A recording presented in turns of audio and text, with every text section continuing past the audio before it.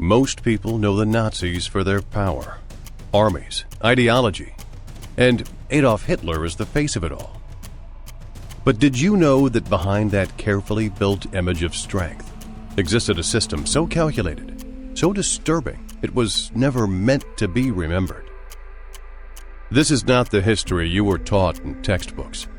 This is the part they left out.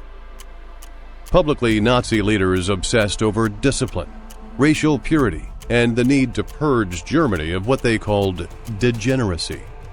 But privately, that same regime authorized and organized a vast network of more than 500 military brothels across German-occupied Europe, stretching from France and Norway to Poland and the Balkans. Some were installed in existing red light districts. Others were carved out of hotels, private homes, and even former schools and synagogues, all repurposed for German soldiers' so-called rest and recuperation. On the surface, the justification sounded clinical and practical. Centralizing sexual access in controlled locations made it easier to enforce medical inspections and reduce the spread of disease that could remove soldiers from the front. Commanders also believed that steering troops into regulated houses would limit public scandals, discourage unapproved contact with local women, and prevent soldiers from seeing occupied populations as neighbors rather than subjects.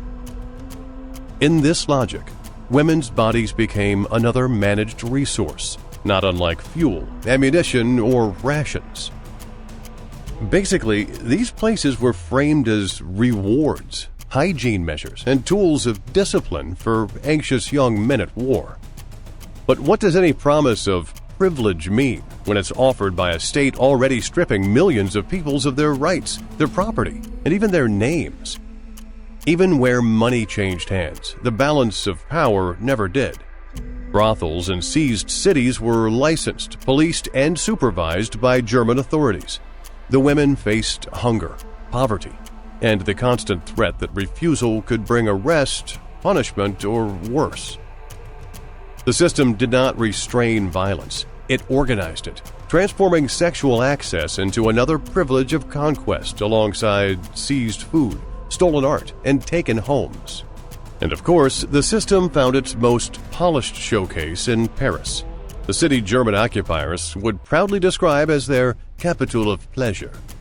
Or should I say capital of lust? Long before the war, Paris already carried a complicated relationship with sex. The city licensed roughly 177 official maisons closes, regulated brothels tucked behind discreet doors and velvet curtains, mapped, taxed, and inspected as part of everyday nightlife. When German troops marched in during 1940, they absorbed that world. The Wehrmacht requisitioned about 22 of the most prestigious houses, designating some for ordinary troops, others exclusively for officers and SS. Then, entry required visiting cards. Soldiers' movements were logged. Women were subjected to regular medical examinations under German authority in the name of sanitation. For some Parisian women, the work continued what they had done before the war.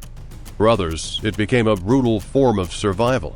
And after the war, many of them would be flattened into a single label: horizontal collaborators.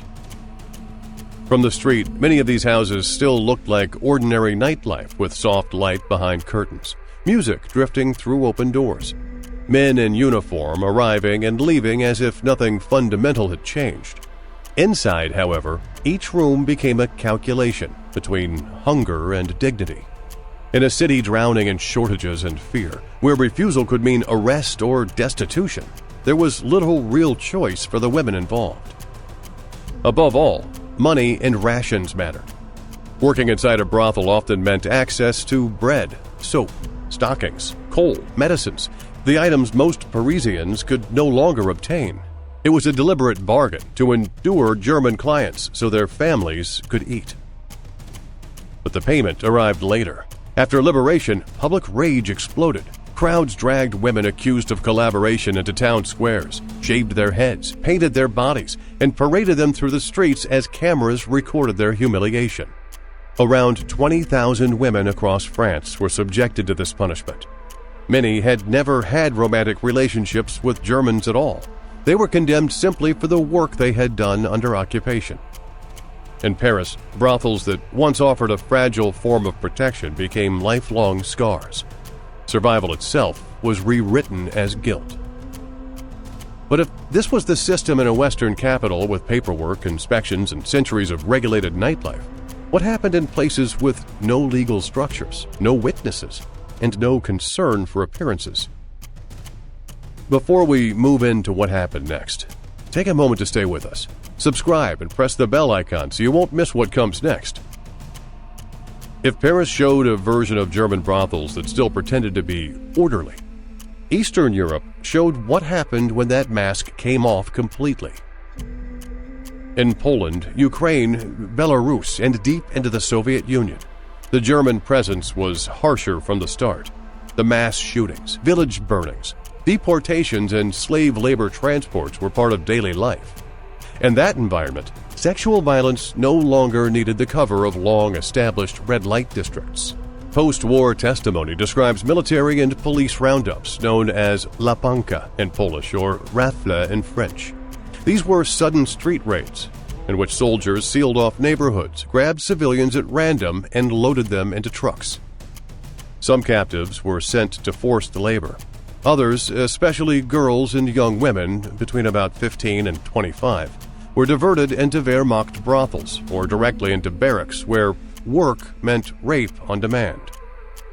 By the time German forces had established control across the continent, at least 34,000 European women and girls had been forced into sexual slavery in military and camp brothels, and this is basically a minimum. Let's just say German bureaucracy tried to turn rape into a timetable, like 15 minutes per soldier, 3 Reichsmarks at the door, sessions fitted neatly between afternoon roll call and evening curfew. Now, behind that neat little schedule, you won't believe what daily life inside those rooms actually looked like. At this point, survivor accounts and post-war reports are blunt. The conditions in many Eastern brothels were described as brutal. Women were often forced to service up to 32 men a day. The women had already been enslaved as forced laborers and were then repeatedly raped by guards and soldiers. They were seized directly from streets or homes and dumped into these facilities without any formal registration. And those who became visibly pregnant or too ill to continue were sometimes released or transferred, just like the cases of Polish teenagers sent back to Krakow after repeated assaults. But returning home rarely meant relief. Many refused to go back to their families, terrified of rejection, shame, or accusations that they had somehow chosen this life. The timetable might have ended when the brothel door closed. The consequences did not. And yet, even this was not the system's darkest form. There was one place where sexual slavery stopped pretending to be service for soldiers and just became another tool inside the machinery of mass murder. They were called Lagerbordell, or special barracks.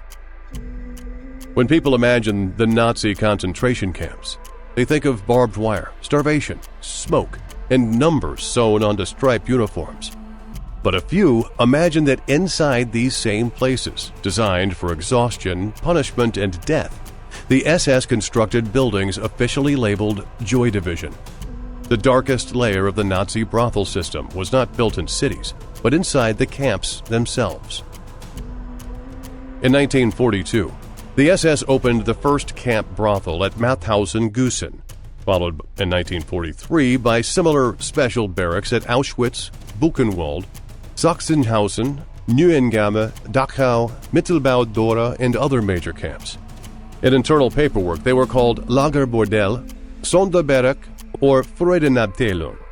These words were chosen to disguise the reality they contained. The women forced to work there were not civilians. They were prisoners, and most of them were transferred from Ravensbrück, the main women's concentration camp, or selected from among detainees in other camps. The SS officials sometimes promised them shorter sentences, lighter labor, or extra food if they volunteered. But refusal could mean being sent back to the quarry, assigned to medical experiments, or selected for almost certain death. If we put this into short words, there was no choice at all. Now, compared with ordinary prisoners, brothel women received slightly better rations, less exhausting labor, and occasional access to showers or clean clothing. But every one of these privileges was tied directly to repeated sexual assault, constant risk of pregnancy or disease, and the knowledge that if they became too sick, too traumatized, or too broken to continue, they could be replaced at any time. In the end, many died from exhaustion or infection, while others were murdered when they were no longer useful. For the SS, these brothels were presented as incentives, tools meant to increase labor output. The coupons for sex were offered as rewards for meeting work quotas.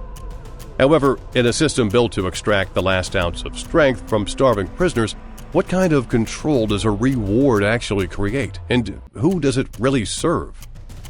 Well, certain male prisoners, usually non-Jewish and considered racially or politically acceptable, could earn brothel coupons through extra work or good behavior.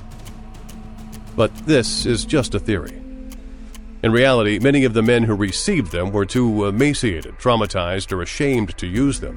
They traded the coupons in the underground camp economy for food, medicine, or protection, knowing a crust of bread might keep them alive longer than any visit ever could.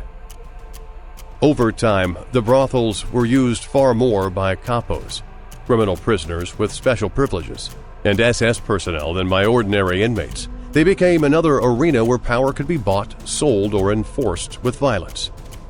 Even some SS doctors pushed the idea that sex could cure prisoners labeled homosexual, forcing men into encounters under threat of punishment, a form of sexual torture disguised as fake science.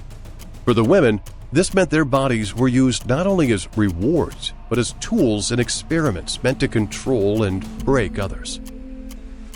When the war ended, the world was still trying to comprehend what the camps themselves had been: the starvation, the gas chambers, the mountains of shoes, the smoke that had once been people. But behind those larger horrors were other scars, quieter ones carried on bodies, on memory, and on dignity. As Allied forces entered Germany and occupied its territories, they uncovered mountains of Nazi records filled with deportation lists, forced labor contracts, medical files, and buried among them the paperwork of sexual slavery. They included orders for Lepenka roundups, transport schedules, medical inspection logs, and brothel regulations. These were not the acts of individual criminals. They were components of a state-organized system. At Nuremberg and in later trials, prosecutors established that kidnapping women, trafficking them across borders, and forcing them into military and camp brothels were war crimes against humanity. Some officials and camp personnel were convicted where sexual slavery could be clearly tied to deportation, enslavement, or murder. Yet, compared to the more than 34,000 women and girls forced into these systems, the numbers of perpetrators specifically punished for these abuses was extremely small.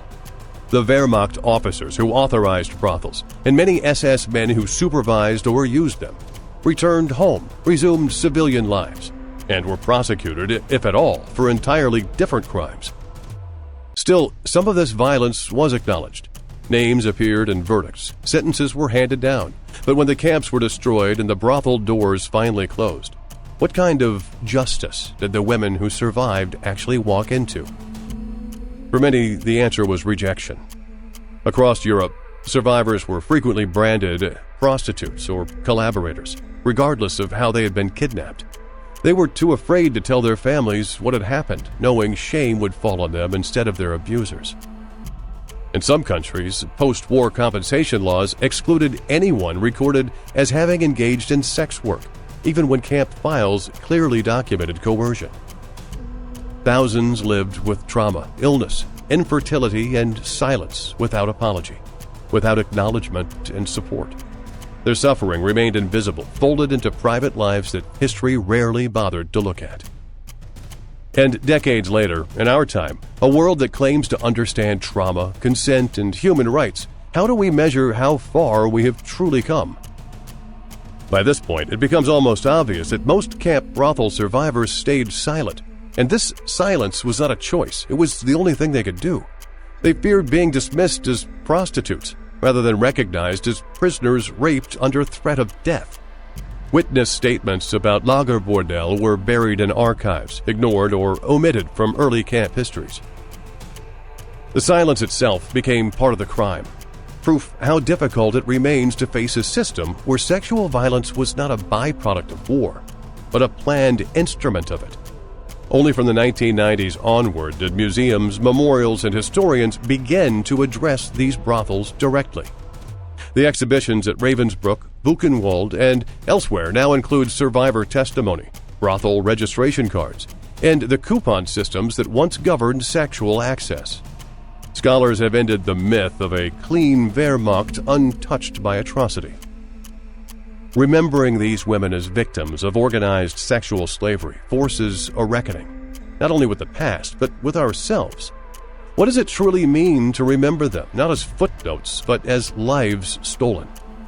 And in the end, when we ask how German soldiers were allowed to have fun, who exactly paid the price for that so-called fun? Tell us in the comments what this made you feel, because history is always darker, deeper, and far more human than we're prepared for. And if you want more of the truth, don't miss our next video on the forbidden weapon that terrified German soldiers.